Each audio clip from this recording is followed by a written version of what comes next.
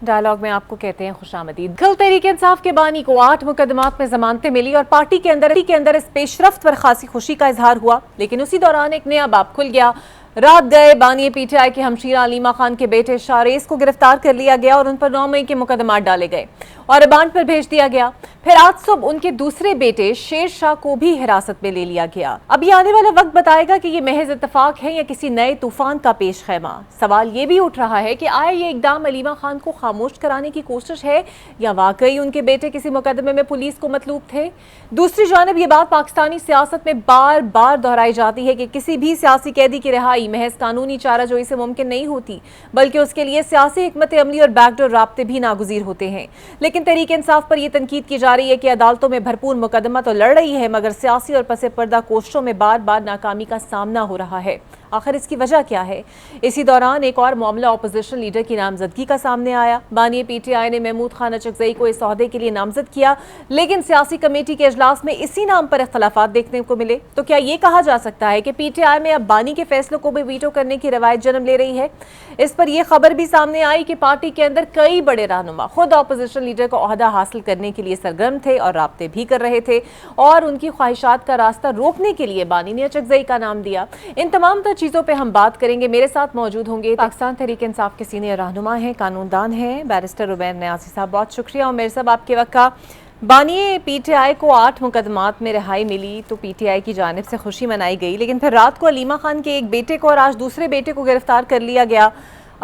शारेस पर तो 9 मई का केस डाला गया है, लेकिन शेर शाह को किस मुकदमे में गिरफ्तार किया गया है? और कुछ ही दिनों पहले शेर अफजल मरवत साहब फरमा रहे थे कि शायद अब उनके बेटों की गिरफ्तारी होगी, और कुछ ऐसा ही कड़ियां मिलती हुई आपको भी नजर आ रही हैं कि उनको ये पहले से ही मालूम था? बिस्मिल्लाहिर्रहमानिर्रहीम। बुनियादी तौर पे जिस अंदाज से उठाया गया है, बिज़ार मैनर में आपने देखा, रात को नामालूम अफराद आए, उन्होंने उठाया। दूसरे बेटे को भी डायरेक्ट को पंजाब पुलिस ने नहीं गिरफ़्तार किया, इसी तरह अगवाकार उठा के ले गए हैं। अब गिरफ़्तारी आप 9 मई में बाद में शो करें। बुनियादी तौर पे तो ये बुखलाहट है, एक रिएक्शन है कि इमरान खान की 8 बेलों का डिसीजन होता है इतनी देर बाद, इतने अरसे बाद, और उसके रिएक्शन में आप ये कर रहे हैं। तो बुनियादी तौर पे तो ये ओछे हथकंडे। देखें, एक अगर आप कोई बयान, ततिमा बयान पे रिलाई कर भी रहे हैं जो सितंबर 2023 का है, सितंबर 2023 से ले के आज हम 2025 में बैठे हैं, पुलिस ने क्या कार्रवाई की? लाहौर में ही मौजूद थे, उनकी वालदा हर वक्त आ जा रही हैं। बुनियादी तौर पे मसला तो वालदा से है ना, उस मसले को सेटल करने के लिए ये सारी कार्रवाई की जा रही है। मगर फैमिली का, जिस तरह से आपने खुद अदालत के बाहर भी बयान सुना कि वो डट के खड़े हैं, वो आज भी बहनें यही कह रही हैं कि इमरान खान की हम पैगाम रसानी करते थे और करते रहेंगे, ये जितने मुकदमे बना लें। और आपके ख्याल में सर 8 मुकदमात में ज़मानत और 9 मई के 4 में तो पहले ही उनकी ज़मानत थी, अब आपकी कानूनी टीम किस तरह वर्क इन करेगी कि इसको रिहाई में तब्दील कराया जाए? और फिर अलकादर केयर ट्रस्ट केस में वो गिरफ़्तार हैं, वो लग नहीं रहा, उस पर आप लोगों की क्या तहफ़्फ़ुज़ात हैं या हिकमत अमली है?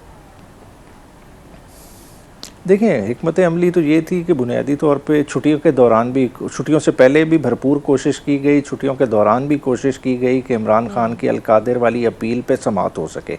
मगर है कि आप जिस तरह का आप देख रहे हैं निज़ाम बना हुआ है, इमरान खान के केसेस नहीं लगते और किसी का केस हो वो लग जाएगा। आपने जजेस की तादाद भी बढ़ाई। इस्लामाबाद हाई कोर्ट का कहते थे जजेस की तादाद कम है, आप सिंध से जज उठा के ले आए, आपने पंजाब से उठा के ले आए। तो जब इतने जजेस भी भर्ती कर लिए और निज़ाम अदल तो वहीं खड़ा है, आप एक केस की भी समाअत नहीं होने दे रहे, क्योंकि आपको पता है कि अगर अलकादिर ट्रस्ट केस की समाअत हो गई तो उस सज़ा का भी वही हाल होगा जो पहले साइफ़र वाली सज़ा का हुआ, जो तोशाखाना की सज़ा का हुआ, जो इद्दत की सज़ा का हुआ। तो ये सारी वही टैक्टिक्स चल रही हैं। तो इंशाल्लाह ताला लीगल टीम की कोशिश यही है कि सितंबर में ये अपीलें हर सूरत टेकअप हों, कम अज़ कम इमरान खान साहब की, बुशरा बीबी की सस्पेंशन की दरख्वास्तों पर बहस हो और वो डिसाइड हो। अच्छा सर, ये तो एक पर्टिनेंट फैक्ट है कि पाकिस्तान की तारीख हमें बताती है कि अगर किसी सियासी कैदी की रिहाई करनी है तो एक तो कानूनी रास्ता है और बैकडोर पे सियासी राब्ते भी चलते रहते हैं, सियासी बातचीत चलती रहती है, और अगर एक भी कम हो तो रिलीफ मिलना मुश्किल हो जाता है। लेकिन आपके जो सियासी रवाबित हैं वो किसी स्मूथ तरीके से चल नहीं पाते। देखिए बात है ये पाकिस्तान का अलमिया है। बात है कि अगर आप कह रहे हैं कि किसी के ख़िलाफ़ केसेस हैं, अव्वल तो पॉलिटिकली मोटिवेटेड केसेस नहीं होने चाहिए, मगर पाकिस्तान की हिस्ट्री भरी हुई है पॉलिटिकली मोटिवेटेड केसेस की। खान साहब पे भी जिस नौइयत के केसेस बनाए, हालांकि इलेक्शन 8 फरवरी के इलेक्शन से पहले 3 सज़ाएँ की गई यके बाद दीगरे, और जिस मैनर में की गई मकसद क्या था कि किसी तरह से उस 8 फरवरी वाले इलेक्शन का मोमेंटम टूट जाए, मगर अवाम ने नहीं हिम्मत हारी। आज भी अवाम की सपोर्ट इमरान खान के साथ खड़ी है। तो देखिए ये घबराहट नहीं है, ठीक है अरसा लग रहा है, मगर इमरान खान ने फ़ैसला किया है। जो आखिरी उनके ट्वीट भी आए 2-3, उसमें भी कैटेगोरिकली यही आया कि जुल्म की रात जितनी लंबी हो जाए, जितनी तवील हो जाए, आखिर एक दिन तो सूरज तलू होना है, और जिस दिन इंसाफ का सूरज तलू होगा आप ख़ुद देखेंगे ये केसेस वैसी रेत की दीवार है, गिरते जा रहे हैं और गिरते जाएंगे। बिल्कुल सही। और महमूद खान नचकज़ई को बानी ने तो नामजद कर दिया है, लेकिन आपकी सियासी कमेटी की मीटिंग पर इस पर नज़र आया, तो क्या आप लोगों की जो मीटिंग में लोग हैं वो वीटो करने का सोच रहे हैं खान साहब के इस डिसीजन को? अच्छा नहीं, एतराज़ किसी को नहीं है। ये परसेप्शन शायद इस तरह से चला गया कि एतराज़ है। पॉलिटिकल कमेटी ने खाली इस फैक्ट पे हाईलाइट किया कि मैसेज खान साहब का इस तरह से नहीं है जिस तरह से कन्वे किया गया। मैसेज बुनियादी तौर पे ये है कि उमर अयूब साहब और शिबली फराज साहब जो लीडर ऑफ द अपोजिशन हैं, उन्होंने ऑलरेडी स्टे लिया हुआ है पेशावर हाई कोर्ट से, और पेशावर हाई कोर्ट ने स्टेटस को की पोजीशन मेंटेन की है। जब तक ये रेमेडी एग्जॉस्ट नहीं हो जाती तो उस वक्त तक हम इंतज़ार करेंगे। बाकी जो इमरान खान का फैसला होगा वो खान साहब का फैसला है, वो सर आंखों पे है, वो उसी तरह से इम्प्लीमेंट होगा। और ये भी खबर थी कि पीटीआई के बहुत से लोग अपोजिशन लीडर बनने की दौड़ में शामिल थे, लेकिन उनकी ख्वाहिशात पर पानी तब फिरा गया जब बानी ने महमूद खान नचकज़ई का नाम दे दिया, और इसीलिए पार्टी के अंदर रेजिस्टेंस है उनके लिए। अच्छा देखें, ख्वाहिश होना कोई बुरी बात नहीं है। देखें पार्टी की बुनियादी तौर पे देखें, पार्टी की पीटीआई की स्ट्रेंथ है ना, पीटीआई में से लोग ही ख्वाहिश करेंगे कि हमारी स्ट्रेंथ है, हम में से ही हो, मगर इमरान खान साहब बीइंग चेयरमैन वो सारी चीज़ों को देख रहे हैं। फिर देखें सबसे जो मेन बात है कि जो तरीक़े तहफ़्फ़ुज़ आईन पाकिस्तान है, उन्होंने पिछले दिनों जो कन्वेंशन किया 5 अगस्त से पहले, उसमें उन्होंने डिसाइड किया, जो अपना एलानिया जारी किया उसमें एक ग्रैंड नेशनल डायलॉग की बात थी। और ग्रैंड नेशनल डायलॉग की बात आपको इमरान खान के ट्वीट में भी कहीं ना कहीं रेजोनेट करती नज़र आ रही है। अगर ये डायलॉग की बात को अगर सीरियसली लिया जाए तो मैं समझता हूँ कि वो महमूद खान नचकज़ई इस वक्त बेहतर पोजीशन में है उस डायलॉग को कैरी फॉरवर्ड करने में, क्योंकि अगर आप पीटीआई में देखें, पीटीआई तो उस पोजीशन में नहीं है कि वो मुस्लिम लीग नून को अप्रोच कर सके या उनके साथ एक टेबल पे बैठ सके। तो अगर मिडवे इमरान खान साहब ने अगर उस नुक्ता नज़र से रखा है तो मैं समझता हूँ ये और ज़्यादा मुनासिब है। और सर ज़िमनी इलेक्शन पर क्या फ़ैसला हुआ है, आप लोग हिस्सा लेंगे या नहीं लेंगे? पॉलिटिकल कमेटी का एलानिया आ जाएगा। कल भी मीटिंग हुई थी, परसों भी हुई थी, इसी पॉइंट पे हुई थी, और अंदरूनी फ़ैसला जो मेरी आमिर डोगर साहब से बात हुई, हमारे चीफ विप भी है, उन्होंने मुझे यही कन्वे किया कि हम इलेक्शन लड़ रहे हैं। अच्छा, यानी अब तक आप लोग पार्टिसिपेट करेंगे, और खान साहब भी यही चाहते हैं? खान साहब ने बुनियादी तौर पे जो आखिरी मुलाकात हुई है, हमारे गए थे अली बुखारी साहब, उन्होंने कन्वे किया था, तो उधर डिलिब्रेशन के बाद डिसाइड किया था कि खान साहब के पॉलिटिकल जो 2 ट्वीट्स आए थे उसमें यही था कि बायकॉट करना है, मगर अली बुखारी की उस मीटिंग के बाद डिसाइड हुआ था कि ये मामला मैं पॉलिटिकल कमेटी पे छोड़ता हूँ, political committee relevant stake holders को इंगेज करके डिसाइड करे। तो अब यही फ़ैसला लग रहा है कि पार्टी भरपूर तरीके से इलेक्शन लड़ने जा रही है। सर आपकी पार्टी के अंदर जो ऑब्वियसली पोजीशन होल्डर्स हैं वो भी मुख्तलिफ सिम्त में नज़र आते हैं। एक तरफ सलमान अकरम राजा साहब हैं, बताया जाता है उनका एक अलग स्टांस है, बैरिस्टर गौहर हैं वो एक अलग डगर पे चलते हैं, शेर अफजल मरवत को लेकर खासे तहफ़्फ़ुज़ात है, लेकिन शेर अफजल मरवत साहब उनके साथ अक्सर व बेशतर नज़र आते हैं, अभी भी बुनीर में भी वो उनके साथ नज़र आ रहे थे। सलमान अकरम राजा उन पर कॉमेंट करना पसंद नहीं करते, तो कहीं ना कहीं से डिफरेंसेस तो है ना आपकी अप्रोच में पार्टी के अंदर? देखिए डिफरेंसेस तो नेचुरली होंगे, हर बंदे के सोच का अंदाज़ मुख्तलिफ होता है, और जब आपका लीडर जो बेसिकली बानी चेयरमैन भी हों और जिन्होंने पार्टी बनाई हुई हों वो जेल में हों और उनसे उस तरह से फ्रीक्वेंटली मुलाकात ना हो, तो सोच का फ़र्क आता है। उस सोच के फ़र्क की वजह से ज़ाहिरी बात है कहीं ना कहीं मसले मसाइल आपको नज़र आएंगे, और उस चीज़ को गैप को हल करने के लिए पार्टी ने हायरार्की दी हुई है। हायरार्की में बैरिस्टर गौहर हैं, सलमान अकरम राजा हैं, तमाम जो पार्टी की इंस्ट्रक्शन, जब भी खान साहब से मुलाकात हो, अव्वल तो मुलाकात होने नहीं देती है हुकूमत वक्त, मगर हो जाए तो जो इंस्ट्रक्शंस हैं इनके थ्रू आती हैं। तो जो इंस्ट्रक्शंस आती हैं पार्टी फिर पूरी कोशिश करती है उनको उस तरह से कंप्लाई करने की। बहुत शुक्रिया आपका उमैर। पीटीआई के सीनियर रहनुमा मेरे साथ मौजूद है। देखते हैं पीटीआई माफी पर राजी होगी या फिर ये मुश्किलात अपने लिए और बढ़ाएगी। एक ब्रेक लेते हैं, ब्रेक के बाद आपसे मिलते हैं। Welcome back. बानिए पीटीआई को 9 मई की 8 मुकदमात में जमानत मिल चुकी है और अब वो सिर्फ अलकादिर ट्रस्ट केस में गिरफ्तार हैं, जिसमें उनकी कानूनी टीम मुसलसल जमानत के लिए कोशा है। लेकिन असल सवाल यह है कि आया उन्हें इस केस में भी रिलीफ मिल पाएगा या नहीं, इससे पहले किसी और मुकदमे में सना सुना दी जाए। इसी दौरान सीनियर सहाफ़ी सुहेल वड़ाइच ने अपने कॉलम में यह दावा किया कि अगर बानिए पीटीआई दिल से माफ़ी मांगे तो शायद मामलात में कोई रास्ता निकल सकता है। लेकिन 2 रोज़ बाद ही इस कॉलम पर बराह रास्त DGISPR की तरदीद सामने आ गई और ये दो टोक ऐलान किया गया कि 9 मई के वाक़यात में मुलव्वस अफराद को हर सूरत कानून का सामना करना होगा। इस तरदीद ने एक बार फिर वाज़ेह कर दिया कि रियासत सानहाए 9 मई पे किसी नरमी के लिए तैयार नहीं। दूसरी तरफ शहर इक़्तिदार में 27वीं आईनी तरमीम और नए सूबों की बहस ने भी जोर पकड़ लिया है। कोई 12 सूबों की बात करता है, कोई 17 और कोई 23 तक के मुतालबात कर रहा है। लेकिन सवाल यह है कि क्या सियासी जमातें ऐसी किसी आईनी तरमीम को मान लेंगी जिसके नतीजे में सूबाई खुद मुख्तारी महदूद हो, NFC अवार्ड में कटौती हो और नए सूबों का मामला खड़ा हो जाए। इन्हीं मामलात पर गुफ्तगू करने के लिए मेरे साथ मौजूद सीनियर सहाफ़ी हैं, तज्ज़ियाकार हैं, एंकर पर्सन हैं मुनीब फारूक साहब। बहुत शुक्रिया मुनीब आपके वक्त का। मुनीब, 8 केसेस में जमानत मिली, पीटीआई बहुत खुश है, लेकिन अलकादिर ट्रस्ट केस का फैसला वहीं का वहीं है। आपको लगता है इसमें भी उन्हें रिलीफ मिल सकता है? बहुत शुक्रिया आपका। देखिए, ये जिन केसेस के अंदर इमरान खान साहब को ज़मानत मिली है, ये 8 केसेस वो थे जिनका लाहौर हाई कोर्ट से उनकी बेल डिनाई हुई थी।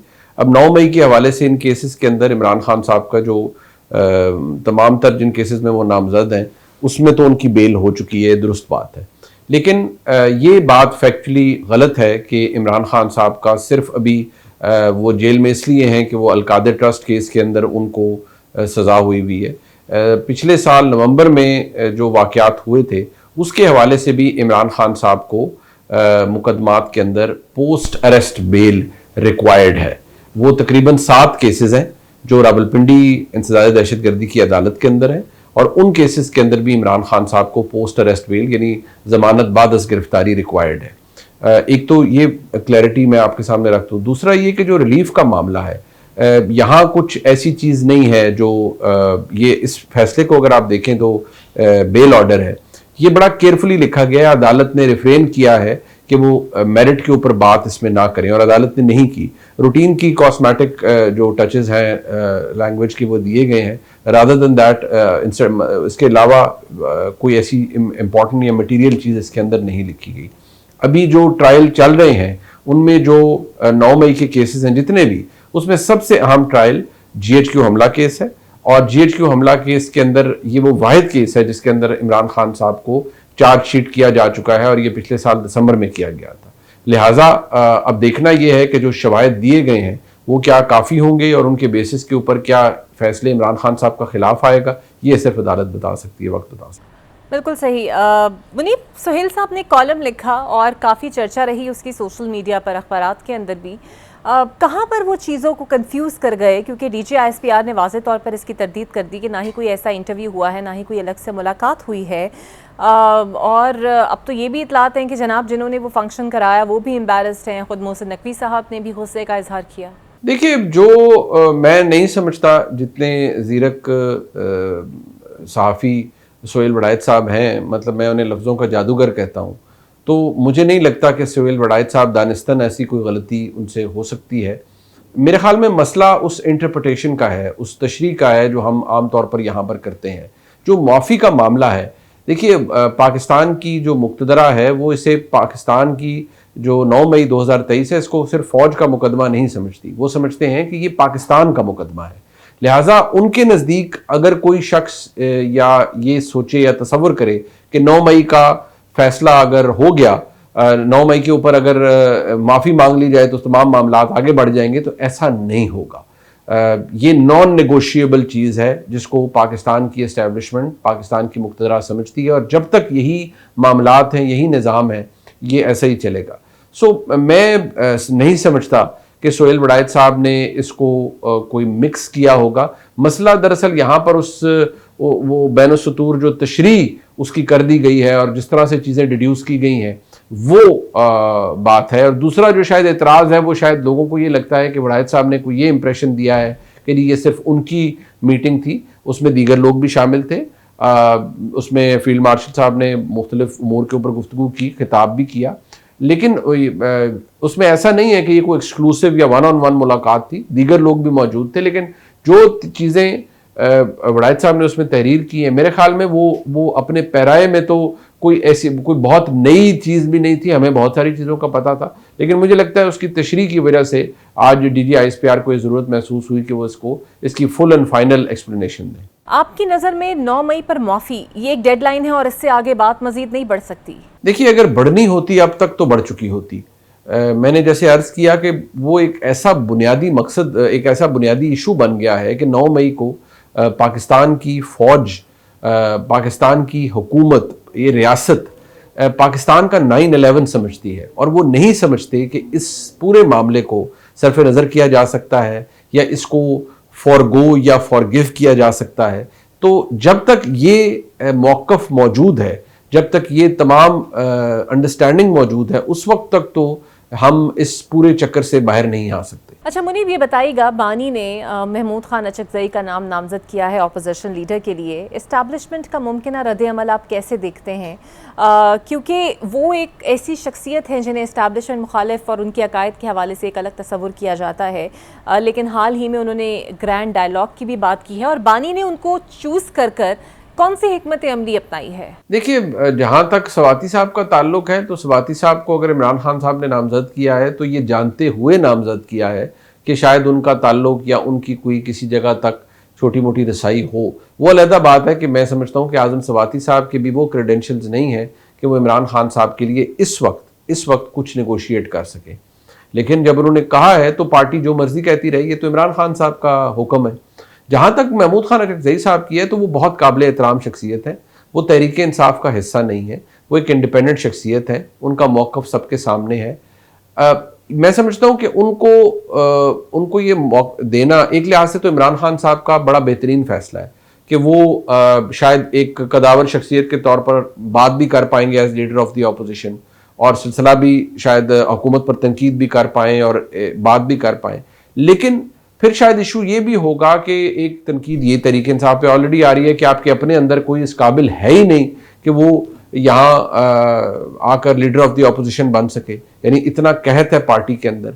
तो शायद इमरान खान साहब ने उसको भी केटर किया है। लेकिन जो मौक़िफ़ रहा है जनाब महमूद खान अचकज़ई साहब का, शायद उससे तहरीक इंसाफ को कुछ फ़ायदा भी हो सकता है, अपोजिशन को फ़ायदा हो सकता है तहरीक इंसाफ को छोटा मोटा नुकसान भी हो, क्योंकि महमूद खान अचकज़ई साहब का जो एस्टैब्लिशमेंट के मुतालिक या इस निज़ाम के हाइब्रिड नेचर के ऊपर जो उनका मौक़िफ़ है वो तो किसी से ढका टुपा नहीं है। ठीक, मुनीब ये बताइएगा, फैसल वाडाई फरमाते हैं कि सियासतदानों का तसलसल तो है वो ऐसे ही चलता रहेगा, लेकिन कौम की नज़रें अब सियासतदानों से ऊपर उठकर फील्ड मार्शल की तरफ देख रही हैं।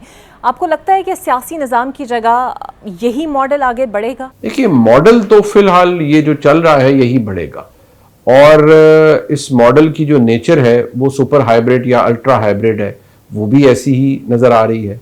इस निज़ाम की नज़रें बहुत दूर तक हैं, मैं वो आप तक पहले भी अर्ज़ करता रहा हूँ कि इस निज़ाम ने नज़रें बड़ी दूर काट रखी हैं, लेकिन होगा क्या ये तो सिर्फ अल्लाह ताला की ज़ात को पता है। जहाँ तक इस वक्त जो हालात हमारे सामने हैं उसमें तो मुझे ये लग रहा है कि ये सिलसिला जैसे चल रहा है ये ऐसे ही चलता रहेगा, इसमें कोई तब्दीली नहीं आ सकती। सो इसकी जो नेचर है वो यही है कि हम इस निज़ाम को ऐसे ही आगे चलता हुआ देख रहे हैं, कोई तब्दीली नहीं है। और जो फैसल वाडा साहब कह रहे हैं कि सियासतदानों की अहमियत नहीं है, मैं इस बात पर उनसे एग्री नहीं करता। बहरहाल इस निज़ाम को मुल्क को चलाने के लिए सियासी निज़ाम और सियासतदानों की बेशुमार अहमियत है। हाँ, हमारे मुल्क में आज ऐसे चैलेंजेस हैं कि एक हाइब्रिड अंडरस्टैंडिंग के तहत ये मामला चल रहे हैं, लेकिन जो हमारी एस्टैब्लिशमेंट और उनके सरबराह हैं वो तो बहुत वैल्यू कर रहे हैं शहबाज शरीफ साहब को बहसीयत वज़ीर आज़म और उनकी काविशों को, और बहुत ज़्यादा अहमियत देते हैं, बहुत तारीफ़ करते हैं, बहुत मोतरफ़ हैं। तो फिर सियासतदानों की अहमियत कैसे ख़त्म हो गई, कैसे कम हो गई? सियासतदानों के ही बलबूते पर यह निज़ाम चल रहा है। मतलब खुद डायरेक्टली एस्टैब्लिशमेंट तो नहीं चला रही है, एस्टैब्लिशमेंट की सपोर्ट से जरूर चल रहा है, लेकिन सियासतदानों की अहमियत को तो हम किसी सूरत ये नहीं कह सकते कि वो कम हुई है। बिल्कुल सही। और इस्लामाबाद में ये जो 10 साला प्लान की एक बाज़गश्त सुनाई दे रही है, आपके ख्याल में अफवाहें हैं या वाकई कुछ बीच में कुछ ग्राउंड हमें नजर आएगी इसके अंदर? देखिए, ये हमने माजी में भी सुना है कि 10 साला प्लान, 12 साला प्लान, लंबी प्लानिंग, लेकिन मैं तो एक कानून के और तारीख के अदना से तालिब इल्म के तौर पर मैं ये कहता हूँ कि माजी तो मेरा ये बताता है कि जब इस तरह की प्लानिंग होती है तो वो मुकम्मल तौर पर कामयाब नहीं हो पाती। हमने इमरान खान साहब के दौर में देखा। लेकिन मैं दोबारा वही अर्ज करूंगा कि जो प्लानिंग अभी है, जो नजरें हैं, वो तो बहुत दूर तक है। मुझे नहीं पता वो 5 साल है, मुझे नहीं पता वो 10 साल है, लेकिन नजरें दूर तक हैं। अब वो क्या पाया तकमील तक पहुंचता है या नहीं पहुंचता, इसका फैसला तो सिर्फ वक्त कर सकता है। बिल्कुल ठीक। 27वीं तरमीम में तब्दीली की बहुत बातचीत हो रही है। NFC अवार्ड को रेगुलेट करने, सूबाई खुद मुख्तारी के मामलात, कुछ सियासतदानों की करप्शन की लिस्टें भी सुना तैयार हो रही हैं, बड़े बड़े नाम उसके अंदर शामिल हैं।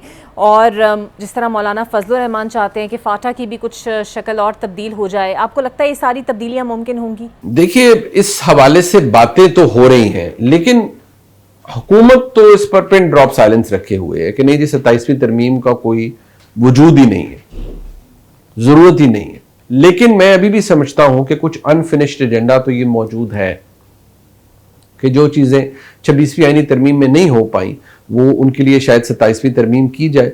और मुझे इस बात के कभी इम्कानात नजर आते हैं कि इस निज़ाम को जिस चीज़ की ज़रूरत होगी वो तो किया जाएगा, लेकिन कुछ काम कानून में तरमीम के तहत भी कर लिए गए हैं। उनको देखते हुए मुझे लगता है कि शायद मामला डिले हो सकता है, लेकिन अल्टीमेटली अगर ज़रूरत पड़ी इस निज़ाम को तो वो चाहे 26.5वीं करें या 27वीं करें या 27.5वीं करें, तरमीम तो वो कर लेंगे। बहुत शुक्रिया मुनीफ फारूक आपके वक्त का। एक ब्रेक ले लेते हैं, ब्रेक के बाद कुछ मजीद मेहमान मेरे प्रोग्राम का हिस्सा होंगे। Welcome back. नए सूबों की बाज़गश्त, फिर बारिश की बदलती सूरत हाल में कराची का हाल, ये तो सब नहीं देखा। इसी पर हम बात करेंगे। मेरे साथ मौजूद होंगे सीनियर सियासतदान हैं, MQM के रहनुमा हैं फारूक सत्तार साहब। बहुत शुक्रिया डॉक्टर साहब आपके वक्त का। सिर्फ साल MQM कराची पर राज करती रही, ये तो सब भी जानते हैं, लेकिन कुछ वक्त से पहले पीपल्स पार्टी के मुर्तज़ा वहाब साहब मेयर बने। 17 साल से उनकी जमात मुसलसल हुक्मरानी में है। चंद घंटे की बारिश कराची का ऐसा हाल कर देती है। आपके ख्याल में मसला है क्या? हाँ, क्योंकि वो ये कहते हैं कि नाले साफ थे, पानी उन्हीं नालों में गया है, तो बेजा तनकीद करना बनता नहीं है। मेरे ख्याल में अगर 17 सालों से पीपल्स पार्टी की सूबाई हुकूमत बिला शिरकत गैर है, पूरे बशमूल कराची पूरे सिंध के वसाइल पर, इख्तियारात पर, फ़ैसलों पर, फिर ज़मीनों पर, फिर तामीराती शोबे पर, फिर इसी तरह फरहमी आब, निकासी आब, फिर सफाई सुथराई, सड़कों की तामीर, पार्क, प्लेग्राउंड, मतलब अगर बहैसियत वज़ीर आला और बहैसियत जो सूबाई हुकूमत के जो बल्दियाती इख्तियारात हैं वो भी वज़ीर आला के पास ही होते हैं, क्योंकि सदर परवेज़ मुशर्रफ के बाद जो कानून तमाम सूबों में वज़ा हुआ उसमें बल्दियाती इख्तियारात जो उस ज़माने में थे, वसाइल जो नीचे दिए गए थे, वो सूबों ने वापस ले लिए और सिंध ने तो एक वसीला भी नहीं छोड़ा, एक इख्तियार भी नहीं छोड़ा। फिर 18वीं तरमीम से सारे इख्तियारात 2010-11 में वो मरकज़ से मिल गए। अच्छा, अब उसके बाद भी अगर ये कहा जाए कि भाई हमने नाले साफ़ किए, आपकी बसीरत, आपकी दानिश इतनी होनी चाहिए कि गैर मामूली बारिशों की पेशिन गोई तो 30 साल से माहिर माहौलियात, माहिर मईशत और साइंसदान कर रहे हैं। वो कह रहे हैं उसकी तैयारी करो, फ़ज़ाए आलूदगी को कैसे कम करना है, दरख्त ज़्यादा लगाने, एग्रेसिवली उसकी कैसे मुहिमात चलानी है, ये सारी बातें, और पानी बचाना है, मुतबादिल एनर्जी, ये सारी बातें तो हो रही है ना। आप अपने 17 साल के इस दौरे हुक्मरानी में जो बदतरीन है, बदउन्मान तरीन है, नाकिस तरीन है और जिसे कहते हैं ना कि बदतरीन है, वर्स्ट गवर्नेंस, तो उसमें अगर आप कोई दिखा दें कि कोई आपका विजन, जबकि देखें पहली बार हुआ कई सालों के बाद कि मेयर भी उसी पार्टी का जैसे तैसे भी आ गया। वो एक अलग कहानी कैसे आए, जो हल्का बंदियाँ थी उसमें डंडी नहीं, डंडा, धांधली नहीं, धांधला किया गया था, चलें उसके तरफ अब आ गए ना आप। और फिर यही मेयर 4 साल एडमिनिस्ट्रेटर भी रहे, तो 6.5 साल का ये वक्त हमारे मुर्तज़ा वहाब भाई को मिला, और 15 साल मुसलसल 17 साल वज़ारत आला पर जो है पीपल्स पार्टी का वज़ीर आला है। पहले क़ाइम अली शाह थे, अब मुराद अली शाह हैं कई सालों से, फिर वज़ीर बल्दियात भी फिर इन्हीं के रहे। तो बुनियादी तौर पर तो देखिए इनके गिर्द सारी कहानी घूमेगी। हाँ, ये भी आए सामने और बताएं जो हमें मालूम है कि भाई ये जो 2023 में इलेक्शन हुए थे बल्दियाती, उसमें 9 टाउन यानी आधा कराची तो जमात इस्लामी के पास है टाउन, और टाउन के भी इख्तियारात हैं, सफाई सुथराई ज़्यादा उनके पास है, जमेदार झाड़ पोंछ ये सारा काम उनके पास है। फिर इसी तरीके से उनके पास सड़कों की इलाकाई सड़कों की मरम्मत उनके पास है, और उन्होंने भी अब पीपल्स पार्टी के नक्शे कदम पर चलना शुरू कर दिया। अभी लियाकताबाद में कुछ सड़कें बनी थी और बारिशों से 6 दिन पहले इफ्तिताह किया था, वो सारी सड़कें बारिशों में धुल गई। तो उनसे भी सवाल होना चाहिए कि भाई ये आपने भी क्वालिटी पे कंप्रोमाइज शुरू कर तो दिया। सर, आपके दावे तो कुछ और हैं, तो क्योंकि उनके बड़े बिल्कुल सही। डॉक्टर साहब, आप लोगों ने मुर्तज़ा वहाब से इस्तीफ़ा मांगा है, लेकिन वो जवाबन ये कहते हैं कि MQM ने चाइना कटिंग, भत्ता माफिया, सीवरेज नालों पर तजावज़ात कायम की, और वो मेरे से 2 सालों में तवक्को कर रहे हैं कि मैं चुटकियों में सब ठीक कर दूं, जो कि मुमकिन नहीं है, और साथ साथ वो कह रहे हैं आप भी रिटायर हो जाएं। देखें, पहली बात तो ये, चुटकियों में कौन उनको कह रहा है सेकंड, 6.5 साल से हैं वो, ये लोगों की आंखों में धूल झोंक रहे अगर वो कह रहे हैं 2.5 साल। 2.5 साल से तो वो मेयर हैं, उससे पहले एडमिनिस्ट्रेटर थे, और उसी पार्टी के जिसका वज़ीर आला है। देखिए, हमें तो एक जायज़ बहाना था कि हमारा जब भी मेयर होता था, ऊपर सूबाई हुकूमत अगर पीपल्स पार्टी की होती थी, तो फिर तो वो पानी और आग या ज़मीन और आसमान का फ़र्क जैसे होता है वैसे होता था। इतनी हमारे दरमियान एक खलीज रही है बदकिस्मती से। अच्छा, उसके बाद मतलब ये कि अब वो अभी एक और देखिए, एक उज़र तो दिया कि 2.5 साल से हूँ मैं। अच्छा, चाइना कटिंग से तुम्हारे क्या फ़र्क पड़ा? अच्छा, जिन नालों पर अगर MQM ने कोई कब्ज़ा किया हो, अगर MQM के ज़माने, यार आप तोड़ दें, आपको किसी ने मना किया है? मतलब ये कि मैं कोई और साथ हो ना हो, अगर मेरे ज़माने में MQM के उस ज़माने में चाइना कटिंग हुई थी, तो उसमें जहाँ उसका बेजा, नाजायज़ और गलत इस्तेमाल हुआ, जिससे जो लोगों की ज़ाती उसके लिए था, तो सबसे पहले मैं अपनी पार्टी में खड़ा हुआ था उसके खिलाफ। तो मेरे ख्याल में, और मैं आज भी साथ हूँ कि आए इन सारी चीज़ों के खिलाफ, तो कभी तो साबका मेयर की हैसियत से ही बैठेंगे, फारूक भाई आएँ, आप हमसे सीनियर हैं, बड़े हैं, कुछ हम आपसे सीखें, कुछ हम आपको बताएं आज की क्या मुश्किलात हैं। यार तो रास्ता निकलेगा ना, मुस्तफा कमाल भाई को बुला लें, मुझे बुला लें, तो एटलीस्ट बात करें बैठ के, फैसिलिटेशन में। हालांकि उनका दौर बिल्कुल सही है। अच्छा सर, आज नहीं है ना, आज तक तो बुलाया नहीं। बिल्कुल सही। अच्छा, लेकिन देखिए, अब कहते हैं 40 मिलीमीटर का नाला है जो 40 मिलीमीटर की बारिश बर्दाश्त करेगा। तो यार आपको पता था ना गैर मामूली बारिश होनी, तो आप कर देते चौड़ा। 17 सालों में सूबाई हुकूमत करती, कितने अपने कारनामे, शारे भुट्टो, सारी चीज़ें बता रहे हैं आप। लेकिन आप और शारे फैसल, और शारे फैसल के जो, अगर आप एयरपोर्ट से हैं तो जो लेफ्ट साइड पे जो थोड़ा इलाका है वो, और शारे फैसल, और बाकी क्लिफ्टन डिफेंस। बाकी जो शारे फैसल से राइट साइड का कराची है, वो तो इनके ना बल्दियाती नक्शे में आता है, ना वो कराची सूबाई नक्शे में आता है। वो तो आप लोग डिमांड कर रहे हैं डॉक्टर साहब, तो आप लोग डिमांड कर रहे हैं कराची को नया सूबा बनाया जाए। वैसे तो आजकल बहुत ही शोर है कि बनने चाहिए और बहुत ज़्यादा बनने चाहिए। आपके ख्याल में ये मुनासिब वक्त है इतने बड़े फैसलों का, जब हम ये देख रहे हैं कि अदम इस्तेहकाम और तनाज़ात और सियासी इंतशार कुछ ज़्यादा ही है इस वक्त वफाक की सतह पर? देखिए, अगर हमारे दिल में भी ये ख्वाहिश हो ना, और अगर हम ज़बान खल्क व नक़ार खुदा समझो, एक सर्वे आप करा लें कराची में, उर्दू बोलने वाला मेमन गुजराती, मारवाड़ी, काठियावाड़ी, मेवाती नहीं, बल्कि यहाँ का पंजाबी, पख्तून, हज़ारेवाल, सराइकी, गिलगिती, कश्मीरी, ये सब इस बात के हामी है कि कराची में एक ऐसी खुद मुख्तारी होनी चाहिए जो एक यूनिट की या डिवीज़न की खुद मुख्तारी होती है, जो इंतज़ामी यूनिट है। वो कहने इसके बगैर नहीं होगा। ये सूबे और सूबे के वज़राए आला जिनकी अक्सरियत का ताल्लुक़ दही सिंध से है, जो एक ज़रई बैकग्राउंड रखते हैं और आते हैं, वो अपने इलाकों को अब तक तरक्की नहीं दे सके, आगे नहीं बढ़ा सके। कराची के साथ तो उनका सौतेली माँ का सलूक हज़ारों हवालों से मैं आपको गिना सकता हूँ, मैं अब आपका टाइम नहीं ले रहा। मैंने कई प्रेस कॉन्फ्रेंसेस की है, MD कैट के इम्तिहान में क्या होता है, इंटरमीडिएट का हमारा रिजल्ट दबा के हमारे बच्चों का लाड़काना शक्कर के बोर्ड का रिजल्ट कितना 80%, हमारा 30%, ताकि हम कंपटीशन में ना खड़े हो सके। फिर डबल डोमिसाइल कि भाई मैट्रिक कहीं और का, इंटर कहीं और का, लेकिन डोमिसाइल कराची का। तो जो नौकरी में हमारा कोटा था वो भी गया, दाखिलों में, यानी बहुत सारी बातें हैं। फिर 22,000 अरब रुपए मिले 17 साल में पीपल्स पार्टी की सूबाई हुकूमत को। कितने उन्होंने कराची पर लगाए, कितने दिए, और मुर्तज़ा को कितने दिए? चले मुर्तज़ा पूछ ले। हम तो मुर्तज़ा वहाब के साथ खड़े हैं जहां सूबाई हुकूमत ने उसे नहीं अपनाया। वो तो उनका सगा बेटा, हम तो सोतेले थे।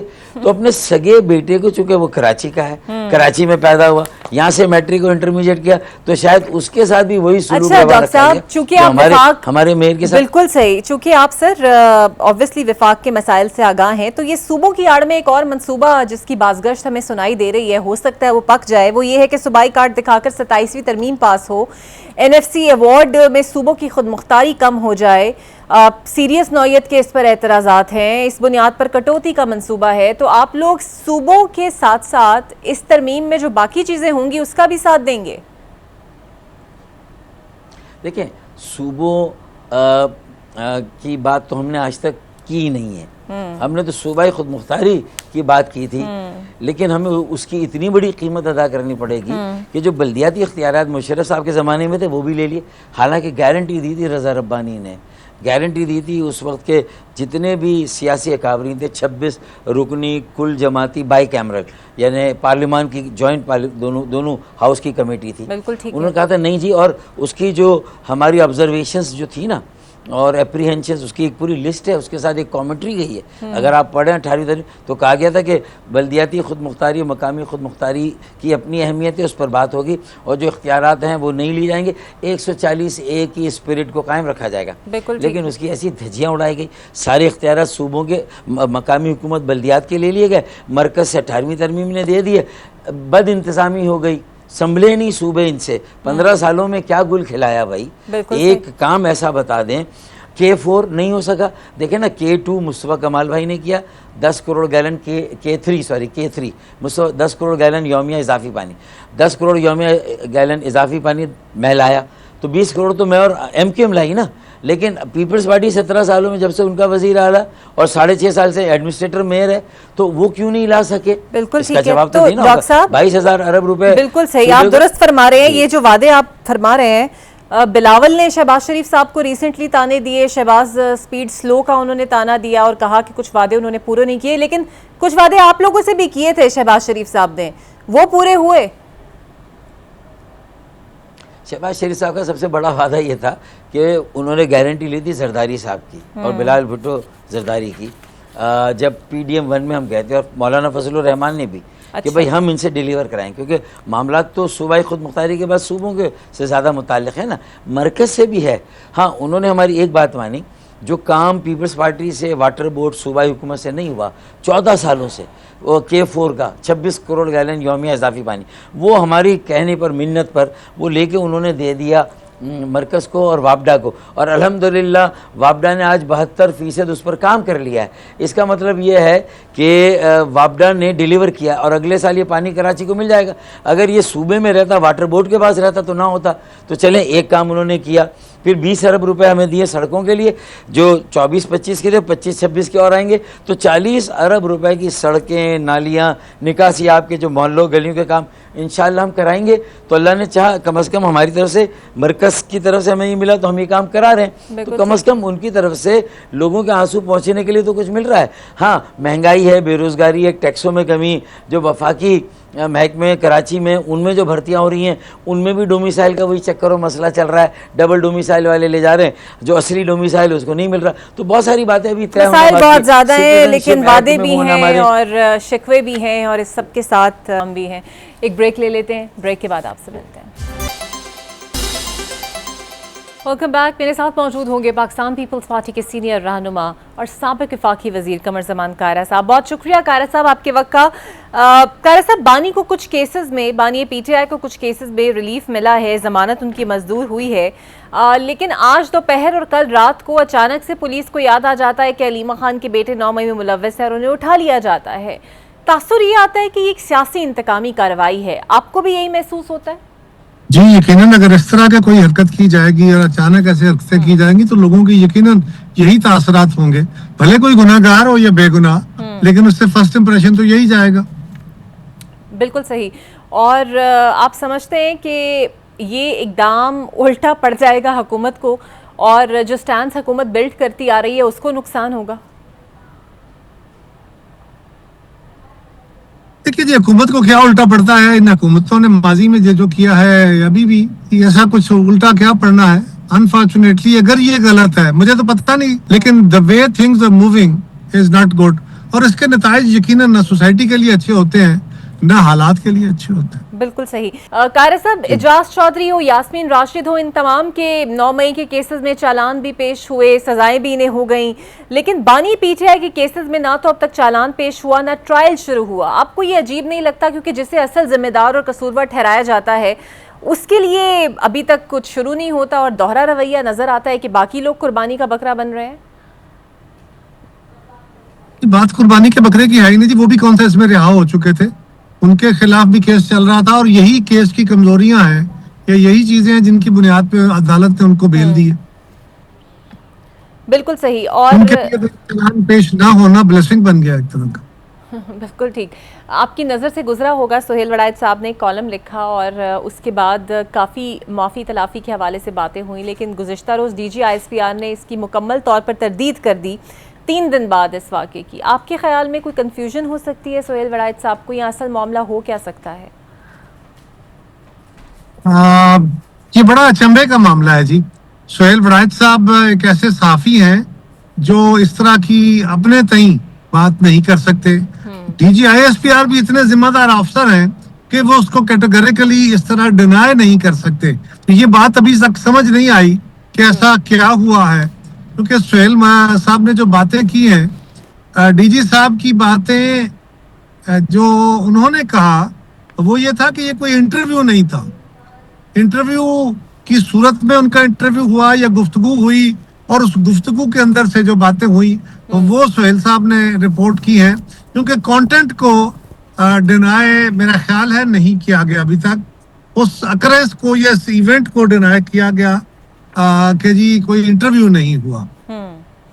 बिल्कुल सही। लेकिन दोनों अतराफ में सुहेल साहब इंतहाई एक जिम्मेदार सहाफी हैं जिनकी बड़ी अच्छी शोहरत है और दूसरी तरफ DG ISPR इंतहाई जिम्मेदार अफसर है।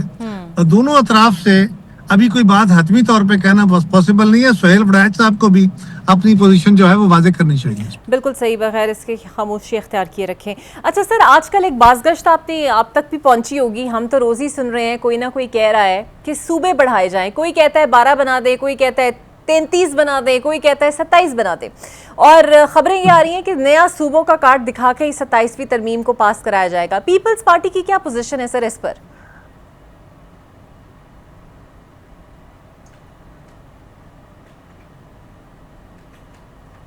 पीपल्स पार्टी की पोजीशन तो पार्टी के सामने जब ये सवाल आएगा उस पे डेलिटी की पोजीशन होगी।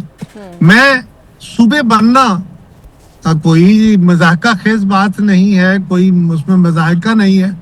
हम खुद ये कह रहे हैं कि जनूबी पंजाब का सूबा बनना चाहिए। सूबों का मुतालबा, पहली बात तो यह है कि ये किसी के ख्वाहिश और किसी के इमा पे नहीं हो सकता। लोगों की लोकल डिमांड होती है।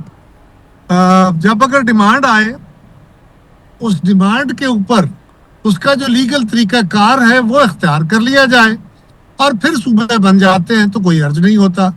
अगर कोई अपनी ख्वाहिश या किसी खास पर्पस के तहत ये डिबेट कराता है तो ये डिबेट कल भी काउंटर प्रोडक्टिव थी, आज भी काउंटर प्रोडक्टिव होगी।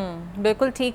और दूसरी जानिब सर, एक सवाल मैं आपके सामने रखना चाहूँगी, ये फैसल वाडा साहब किसके सेनेटर हैं? वोटों पे, आप लोगों के वोट्स पे ये लोग मुंतखब हुए पीपल्स पार्टी के कोटे पर, लेकिन आप लोगों के खिलाफ ही काफ़ी बोल रहे हैं। वो ये फरमाते हैं कि जमहूरियत ने इस मुल्क को कुछ नहीं दिया, सियासतदान बेकार हैं, असम्बलियों पर खर्च होने वाला पैसा बेकार है। काफी अरसे से जी हमारी सियासत के अंदर इस तरह की एंट्रीज होती हैं जिनके बारे में शुकूक व शुबहात भी रहते हैं और जिनके बारे में हम जैसे कारकुन भी जो है वो कंफ्यूजन के शिकार ही रहते हैं। बहरहाल एक बात तो तय है, वो पीपल्स पार्टी के दरीना कारकुन नहीं है। अब वो पीपल्स पार्टी की इमदाद से, पीपल्स पार्टी के सपोर्ट से इलेक्शन जीते हैं, इससे तो मैं डिनाई नहीं कर सकता। बिल्कुल ठीक। और कराची में सर बारिश हुई, लेकिन इतनी नहीं हुई जितनी पंजाब और केपी में हुई, लेकिन मनाजिर काफ़ी दिल दहला देने वाले थे और काफ़ी तनकीद भी हुई सिंध हुकूमत पर। पीपल्स पार्टी की मुसलसल से 17 साल से वहाँ हुकूमत है, क्या वजह है आपकी नज़र में कि मसाइल जूं के चूं बरकरार रहते हैं? जहां तक मेरा ताल्लुक है, मेरी इतला के मुताबिक वहां पे 240 मिलीमीटर बारिश हुई है और बड़े थोड़े टाइम में हुई है। जिस तरह बुनेर में अचानक क्लाउड बर्स्ट हुआ, थोड़े टाइम के अंदर बहुत ज्यादा बारिश हो गई। आपका सिस्टम घंटों बाद, ऐसी बारिश जो स्लो होती है वो देर तक होती रहे, ज्यादा पानी भी आ जाए तो ये फ्लड वाली सूरत हाल इस तरह नहीं बनती। लेकिन अगर थोड़े वक्त में क्लाइमेटिक चेंज की वजह से ये क्लाउड बर्स्ट सिचुएशन बन जाए तो फिर ये पानी इस तरह की सूरत हाल बन जाती है। ये आपको अमेरिका में, या आपको यूरोप में, या आपको चीन में इस तरह के मनाजर वहां भी नजर आते हैं, ये सिर्फ हमारे मुल्क में नहीं है। बिल्कुल सही। बहुत आपका कबर जमान कायरा साहब मेरे साथ मौजूद थे। देखते हैं आने वाले दिनों में कराची की सूरत हाल कुछ तब्दील होगी या मसाइल जूं के तू रहेंगे कराची वालों के लिए। मुझे दीजिए इजाज़त, अल्लाह हाफ़िज़।